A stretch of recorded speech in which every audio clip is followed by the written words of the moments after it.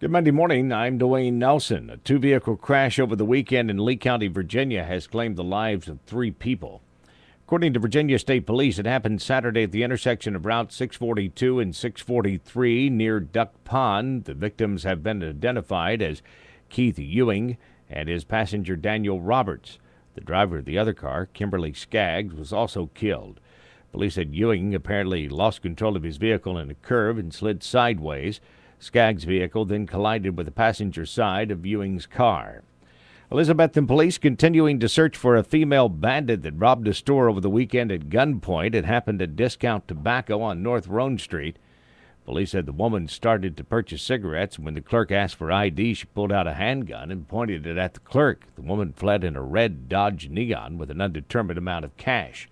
Anyone with information should contact the police department. With the dust settling on Republican plans for redrawing legislative districts in Tennessee, lawmakers from both parties are assessing their future plans. Democrats say they will offer amendments to the maps that were unveiled last week, but with vast Republican majorities in both chambers, it appears unlikely that the proposals will change significantly. Authorities still trying to determine what caused a house fire in Duffield that left one person dead. A positive identification of the deceased has not yet been released. It happened at a home on Monitored Drive.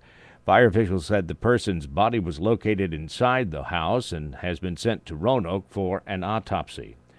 A retired U.S. Airways pilot from Kingsport is seeking judicial diversion after pleading guilty to drug charges. 60-year-old Christopher Rumley admitted to a reduced charge of simple possession of Schedule III drugs and possession of drug paraphernalia in Sullivan County Criminal Court. Rumley was working for U.S. Airways at the time of his arrest. A judicial diversion hearing is set for April 9th.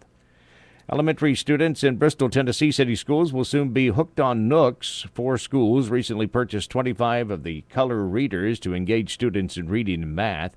Andrew Brown is principal at Anderson Elementary School. It's an e-reader, so you can actually purchase and download books. So a lot of our reading classes that do novel studies will be using them in that manner. However, we're putting them in every classroom because they also have a web browser on them. So that allows us to, it basically puts a computer in each child's hand. The devices also have applications that will be used to reinforce academic skills. Mother and father convicted of murder in Washington County, Tennessee, and the death of their 2-month-old daughter, asking for a new trial.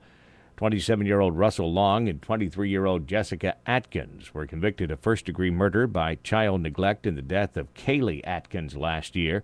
Judge Robert Cupp sentenced the pair to life in prison.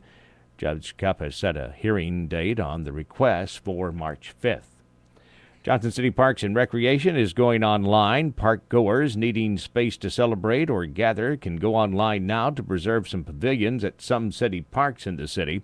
Marianne Kench with the Parks and Recreation Department says those are the only things the public will eventually be able to reserve online. You can also reserve a variety of programs that are happening through our athletic division. There will be eventually other things coming online as we work all the kinks out of the program. You will be able to even join a class in tumbling or ballet. We hope to have those all online within the next 2 years. You can view a list of available locations for rent at myjcparks.org. I'm Dwayne Nelson. Have yourself a great Monday.